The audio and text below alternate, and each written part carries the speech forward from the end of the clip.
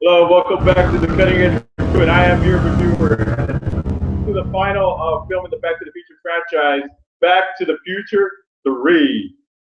And around this time, this movie made in 1991. They made Back to the Future 2 and Back to the Future 3 around the same time, which was 1989. And there had never been done something like this where they made a movie back to back like that.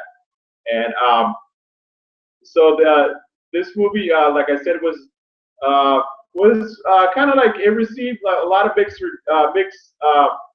reviews from critics. A lot of people call this movie not a really good way to end the Back to the Future saga, you know. And released in 1991, like I said, it was still a great success. A lot of people went to go see it. You know, we all went to go see this movie, and we had a great time. You know, this is Marty McFly, Doc Emmett Brown, and we want to know what they're going to do next in this movie. So it starts off where we saw in 1955, where Marty McFly gets that letter from Doc Emmett Brown, and he's in the Old West and Old Hill Valley in 1885. So he has to go to Doc Emmett Brown as he is in 1955, and basically he looks the same. Christopher Lloyd looks the same, and he's looked this way since I seen him in the early '80s, and so he has to go there and somehow convince him that something went wrong, and you know, great Scott, you know that, and he passes out, you know, so he has to he helps he revises he has to make his time machine, which is the DeLorean, and he tells him all these things. If you think about it, if you went back to the future and told yourself this about what's going to happen back in time, to yourself, and as you were, let's say I went back to 1985 and I visited myself, what would I say? I'm about 10 years old or something like that. But it would be pretty insane. So basically, at this movie, he gets the DeLorean going, and he's wearing this cowboy getup, and he looks more like a what do you call it? Like one of those rejects from one of those old West movies. And see, Michael J. Fox is really comfortable once again as Marty McFly. He goes and he finds Biff Tannen, who's old Buford Tannen on here, and he has what happens. Doc owes him money on this movie, and so he's like he has to figure. You know, he's like, what day is it? Oh wait, hold on. Oh, it's Tuesday. Oh, I'll kill him on Friday.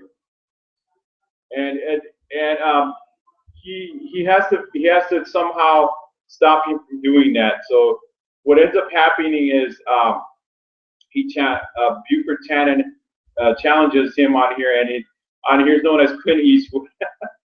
He calls himself Clint Eastwood. They call that one of the uh, lamest excuses for a cowboy name on this movie. And then of course we have the great Clint Eastwood, director and actor that we know today. And there's one element of this movie that I could have did without, though. I this wasn't the best movie. I still had a great time, you know. I love the scene where Doc has to get some wake up juice. It kind of conjures up back in the days when I used to get drunk, you know, because I stopped drinking years back, and like,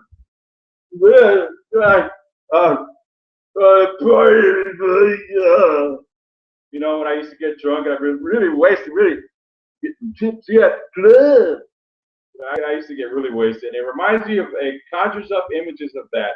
Well, because I'm not a really good dancer. I don't know how I could actually dance with a girl back in those days. I can't dance to begin with. So, but anyways, that scene is awesome. I love it because that's how it makes you feel about a really bad hangover, really bad. That's what happens. And only Doc Emmett Brown has his hangover a couple seconds after he gets up. So, and there's a romance element on this. That's what I was getting to. It doesn't make any sense to me, you know, honestly, because the actress that plays on here, I mean, she did a good job. It was pretty good, you know. good performance. Not the best, but it was good. It was pretty good for her. And that didn't make any sense. I don't think anybody really wants to see Doc Emmett Brown get hitched on this movie. What we wanted to see was Doc Emmett Brown be that absent-minded professor, that genius, but at the same time goofy and weird-looking guy that we fell in love with, that we love on these movies, as well as Marty McFly. So they kind of closed this movie out where Doc Emmett Brown gets his. He has some children, you know. He revitalizes the DeLorean, because you guys remember that when Marty McFly gets transported back into 1985. Keep in mind it's 1991 on this movie. It got released, so the DeLorean gets destroyed by an incoming train, and that's pretty much it, you know. And of course you see Doc Emmett Brown show up with his wife, and he makes the time machine out of the train wreckage that helped them actually get back to 1985. And like I said, the movie didn't, it didn't end in the best possible form that we wanted it to, but we still love it. I still love Back to the Future 3. It's like I said, it's not the best movie in the world. I mean, I give it a 9 because like I said, it could have been better, but it's still watchable. I still had a good time watching it. You know, Buford Tanner, I love that stuff. You know, he keeps getting his face dumped in manure on these movies, and this movie's no exception. And you see the manure, gross, coming right out of his mouth. So it's pretty priceless here. You know, you had a good laugh, good times. These movies are good times, people. But I mean, if you're looking for a movie that's timeless, that'll keep you wanting to see it over and over again, these are the movies to watch. Movies like this, you know what I mean? I'm sure there's many others that you guys can name that you would dig. Yeah. Actually, if you want to post any comments below it, subscribe to my channel, The Cutting Edge Review, and like I said, I'm trying to do the best I can to make this watchable, to make this professional, to make this memorable for you guys. Okay? Please subscribe to my channel, and like I said, I'm still in the building stages, as I said in my first couple months back. And it's gonna get better. You know, like I said, I'm just kind of getting everything in place. You know, it takes time to get this stuff done.